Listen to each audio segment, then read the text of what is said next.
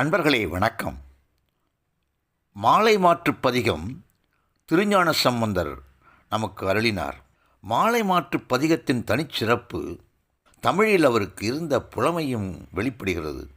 இவர் எழுதிய 11 பாடல்களை கொண்ட பதிகத்தின் முதல் பாடலை அனுபவம் செய்வோம் வாருங்கள். உலக நிகழ்வுகளை நாம் பார்த்து கொண்டு வருகிறோம். இந்த உயிர்கள் சில நேரங்களில் தங்களையே கடவுள் என்று சொல்லிக் கொள்கின்றன. அதுபோல் தங்களை இறைவன் என்று சொல்பவர்களுக்காக எழுதப்பட்ட பாடல் போல் இந்த பாடல் அமைந்துள்ளது. யா மாமா நீ யா மாமா யாழி காமா காணாக்கா காணா காமா காழியா மாமா யானி மாமாயா என்று பாடுகிறாய். இதை பார்க்கின்ற பொழுது ஏதோ சங்கீதத்தில் சரள வரிசை சொல்வது போல அமைந்திருக்கிறது. அன்பர்களே, இந்த பாடலை எப்படி நாம் பிரித்து படித்து மகிழ வேண்டும் என்பதை காண இருக்கிறோம்.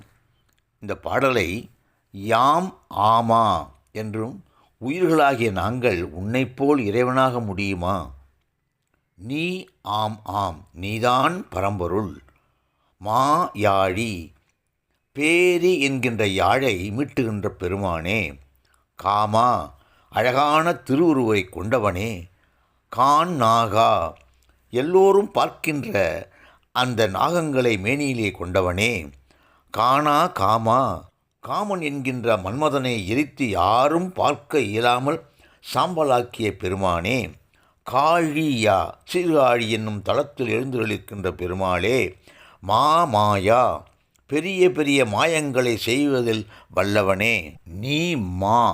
நீ கருமை நிறம் கொண்ட எங்களுடைய அறியாமையையும் மாயா மலங்களிலிருந்து என்னை காப்பாற்றுகின்ற பெருமாளே என்று பாடுகிறார்.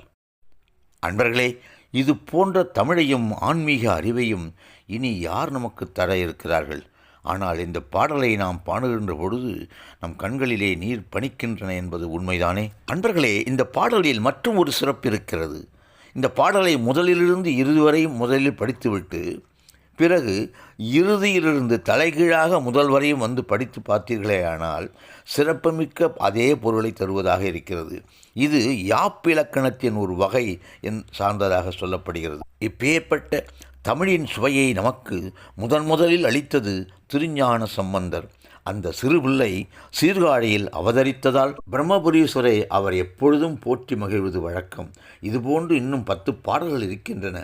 அன்பர்களே, நம் பிள்ளைகள் இது போன்ற தமிழ் சொல் விளையாடல்களை எப்பொழுது அறியப் போகிறார் என்று சொல்லி இந்த அளவிலே முடிக்கின்றேன். நன்றி, வணக்கம். வெற்றிவேல்.